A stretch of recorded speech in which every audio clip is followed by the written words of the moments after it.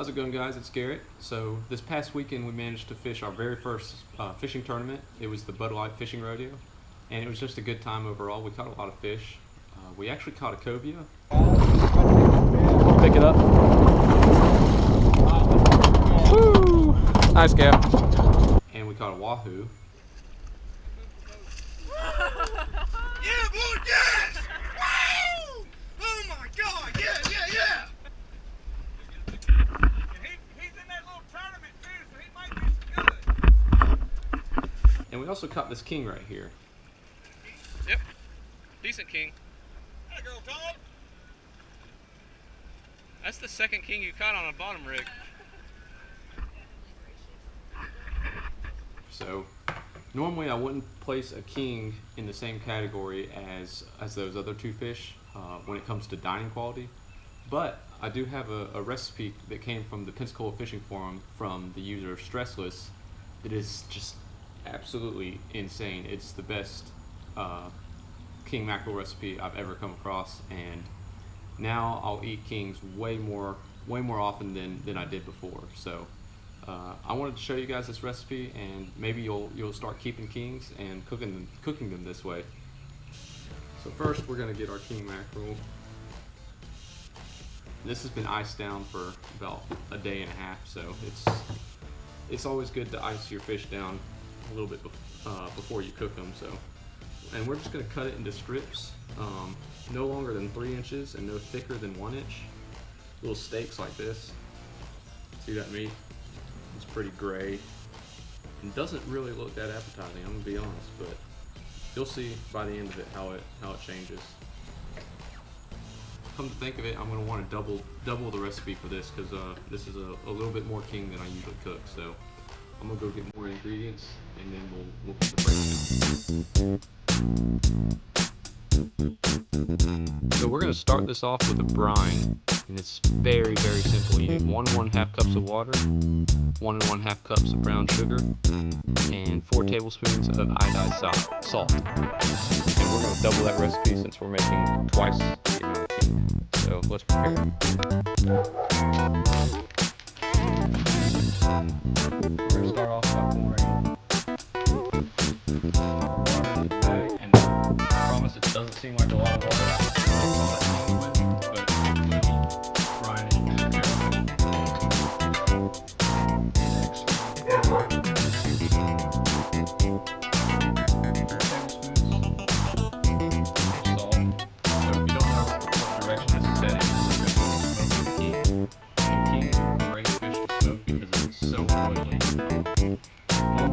associate oiliness with culinary tastiness.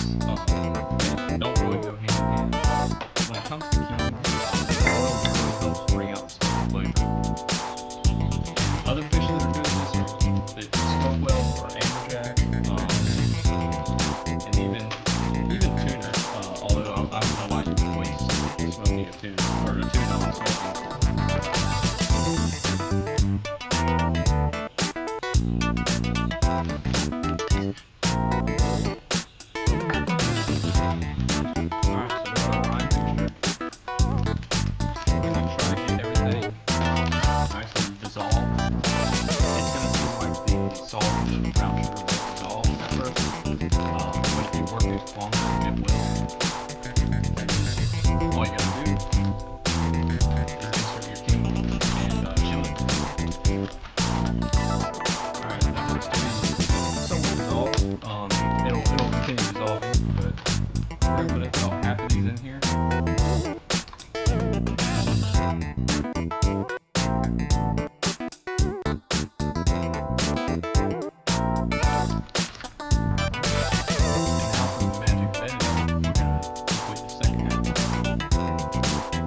There we go.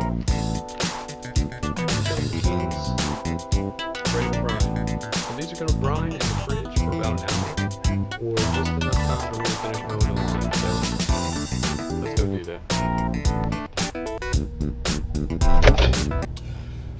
Alright guys, it's been an hour. I mowed the lawn. We have our brine. It's been sitting here, and we're ready to go on to the next step. So Follow me and we'll get started. All right, so this next step is arguably the most important step when smoking your king. What we're gonna do is we're gonna take it out of the brine and let it sit for about 30 minutes. And what this does is this forms what's called a pellicle, and it's where the cells on the outside of the fish fill with salt and fill with this brown sugar, this brine, and they burst and form this oozy slime. But it sounds gross in theory, but what it actually does, it really helps the smoke flavor become infused in the fish when you cook it. So it's a lot of science, and it sounds wacky, but it really makes for some dang good smoked fish. So we're just gonna lay these out on this rack, and be sure to have something covering it underneath so you don't drip all your brine onto whatever surface you're drying it out over. And you set the timer for another 30 minutes and wait. But while we do that, we can go ahead and be prepping the grill or the smoker. So while your brine sets, you can be prepping your smoker. And in my case, it's the big green egg. It does a lot of things well, including smoking. So I'm just gonna plug in my electronic starter. And we're gonna cover it pretty generously with lump charcoal.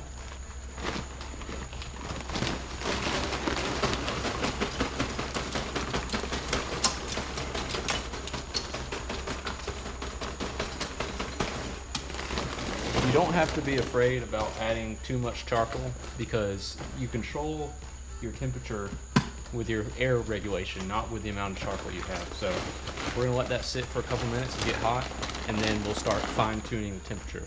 What we're looking for is a low and slow cook, around 175 to 200 degrees. A lot of people are very specific at what temperature you smoke your fish or your meat with. For me, as long as it's low, it really doesn't matter. So we're gonna let that warm up for about 10 minutes, and we'll see where we're at after that.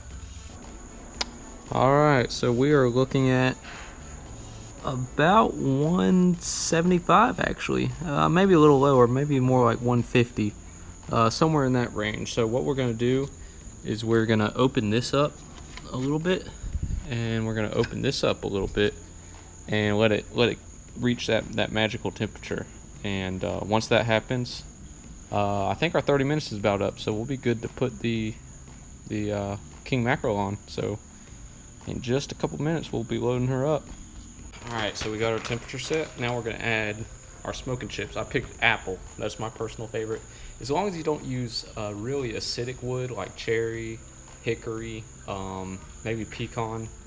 All those woods really kind of add a little bit of bitter taste with a mild fish like king mackerel, and they're usually reserved for heavier meats like pork or chicken. So we're gonna just add probably the rest of these chips in, and then put our fish on.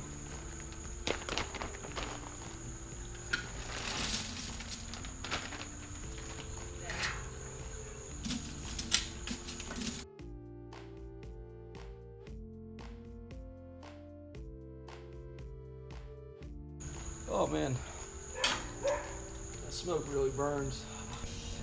So we have our fish set, we have our temperature set, and we're smoking. So what we're gonna do, we're gonna try to maintain this heat around 175 to 200 for 3 hours. And after the 3 hours is up, you'll see what the fish looks like. And well, you'll just have to try it for yourself because it is dang good. So kick back and relax, and just check this temperature every now and then. Make sure it's hovering around that mark, and the rest, leave it up to the smoker, and wait on your fish. Alright, so hour 1 is down. I came to check, and I'm getting a little hot. We're running at like 225 or so. So what I'm going to do is I'm going to open the lid to take a look at them anyways, and that'll let a lot of the heat escape, and I'll close our hatches, and our temperature should be back under control. So let's take a look at them. Oh man, look at that. I think you guys fogged up there, but they are looking good. Those in the back are burning a little bit, so We'll let some temperature out, and we'll shut this a little bit more, and we'll shut this a little bit more, and that should put us right back in the zone where we want to be. So let's keep cooking. So after 3 hours of smoking, this is what we're greeted with. Nice bronze meat. And you do have some burning where the meat was on direct coals, but most of your meat is going to look like this, nice and gold with a nice smoke ring on it. And when you break it open, you'll see that that gray meat turned all white and flaky. So you guys try this out. It's absolutely to die for. You can eat it as is or with a cracker, or what we do is make a smoked king mackerel dip, and I'll post the recipe to that in the description below. So that's how you smoke king. It's absolutely the best way to eat it, in my opinion. You guys try it out, let me know what you think, and thanks for watching.